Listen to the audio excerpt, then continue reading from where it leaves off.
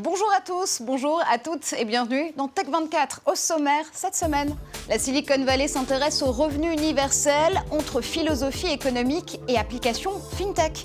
Illustration avec l'ONG américaine Give Directly qui va tenter l'expérience en Afrique de l'Est.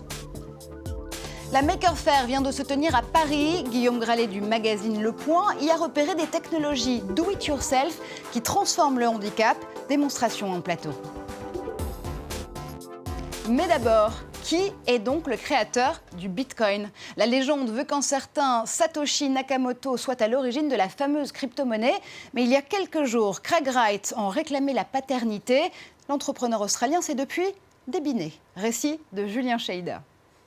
Il était l'homme sans visage, connu sous le seul nom de Satoshi Nakamoto et présenté comme le créateur du Bitcoin. Depuis lundi, il avait enfin une identité. Craig Wright, un Australien de 45 ans. Vous pouvez jurer, la main sur le cœur, je suis Satoshi Nakamoto? Je l'étais principalement, d'autres personnes m'ont aidé. Mais depuis sa sortie médiatique, l'entrepreneur s'est en partie rétracté. Alors qu'on lui demande de prouver ses déclarations, il publie ce message sur son blog 3 jours plus tard. Je pensais que je pouvais le faire. Je me croyais capable de mettre des années d'anonymat derrière moi. Mais au fur et à mesure des événements de la semaine, et alors que je me préparais à présenter la preuve de mon accès aux premières clés, j'ai craqué. Je n'ai pas le courage. Avant cette interview, il avait publié ses messages avec des codes informatiques élaborés pour prouver ses déclarations. Mais plusieurs experts du Bitcoin restent sceptiques. Voilà 7 ans que l'on recherche le créateur de cette monnaie virtuelle. Elle permet d'effectuer des transactions en ligne sans laisser de traces, qu'elles soient légales ou non. Lorsqu'en décembre dernier, 2 médias américains le présentent comme le possible fondateur du Bitcoin, la police perquisitionne le domicile et le bureau de Craig Wright à Sydney. Une pression qui l'aurait poussé à sortir de l'anonymat. On me rendait la vie impossible. Pas que pour moi, pour mes amis aussi, ma famille et mes équipes. Je ne veux pas d'argent, je ne veux pas être célèbre. Je ne veux pas qu'on m'admire, je veux juste qu'on me laisse tranquille.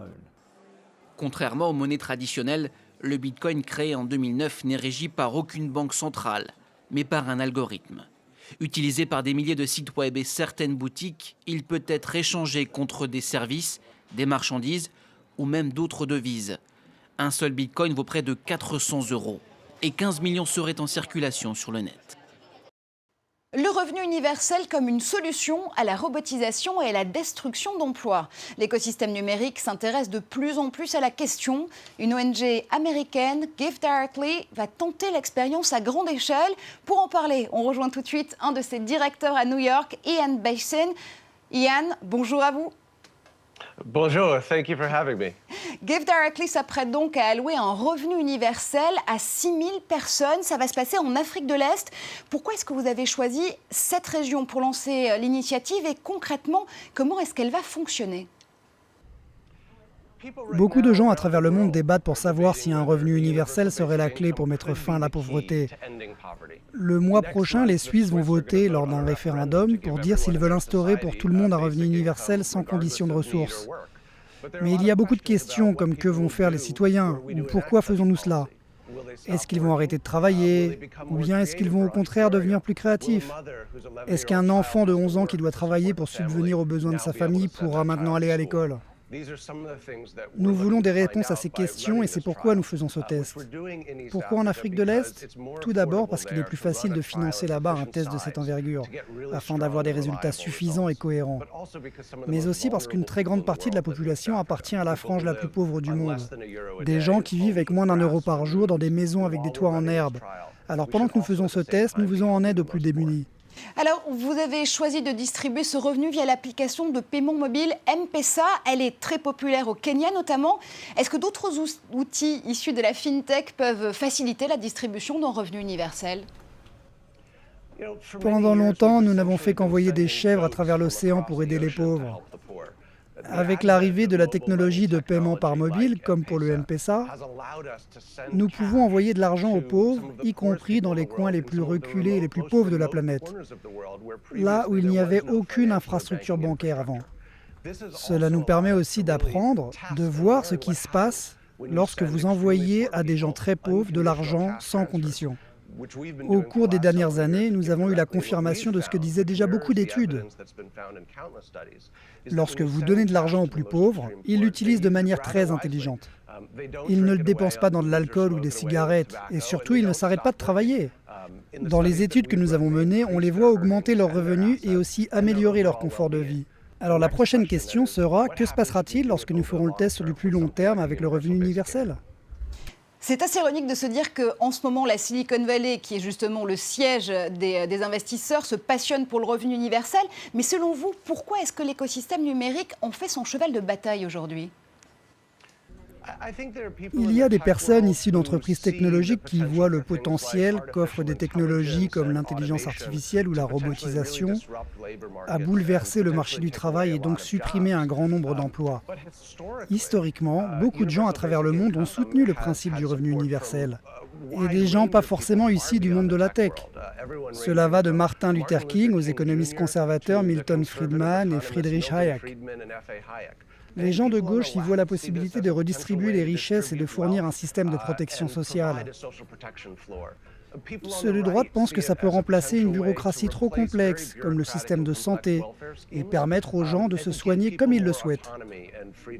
Nous voyons bien la réaction des gens à travers le monde depuis que nous avons fait l'annonce de ce test en Afrique de l'Est. Les gens vont sur notre site internet et donnent de petites sommes d'argent pour nous aider dans notre expérience et verser un revenu universel aux plus pauvres. Ce que nous faisons, c'est donner un moyen aux internautes de prendre part à des politiques innovantes. Et dans ce cas précis, ils peuvent prendre part à une expérience qui marquera le début, je l'espère, de la fin de la pauvreté dans le monde. Merci infiniment Yann et on continuera évidemment à suivre les initiatives de Give Directly. Retour en plateau tout de suite avec vous, Guillaume Gralet. Alors, on le voit, hein, l'initiative de Give Directly, c'est une première étape pour vraiment montrer que le revenu universel est possible à grande échelle. Il y a d'autres initiatives en ce moment qui se déroulent dans la Silicon Valley, notamment du côté de Y Combinator, l'incubateur qui a vu naître notamment Airbnb ou encore Dropbox. Effectivement, c'est le président de Y Combinator, Sam Altman, qui est extrêmement volontaire sur cette mesure, qu'il veut appliquer, qu'il veut expérimenter auprès de 300 citoyens américains pendant 5 ans. Alors, l'idée, c'est celle de la nouvelle révolution industrielle qui arrive.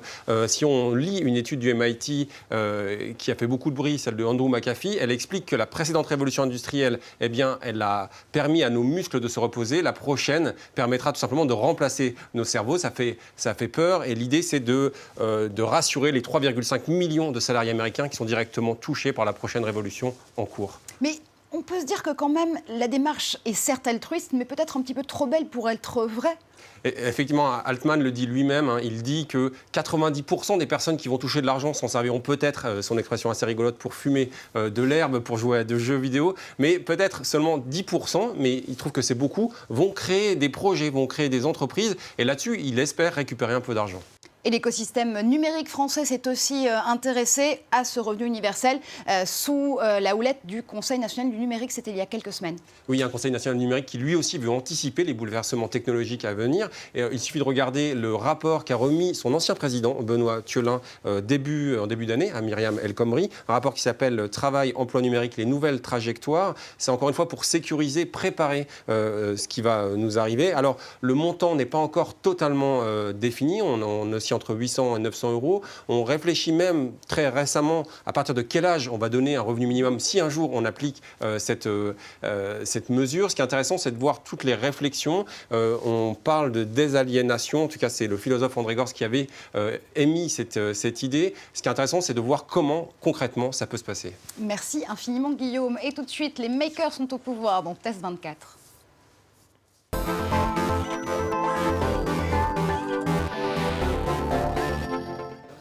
Branchez les guitares, cette semaine, Test 24 se transforme en royaume des makers, puisque justement, Guillaume, vous rentrez de la Maker Faire et vous avez repéré sur place des startups à mi-chemin entre des ONG qui aident justement par ces instruments en open source les personnes autistes. Oui, notamment la première Brutpop. Alors Marjorie, je vous propose qu'on crée un petit groupe de rock. Là, j'ai une reconstitution d'une basse, une basse simplifiée. Et vous-même, vous avez une guitare. Alors, Ce qui est assez...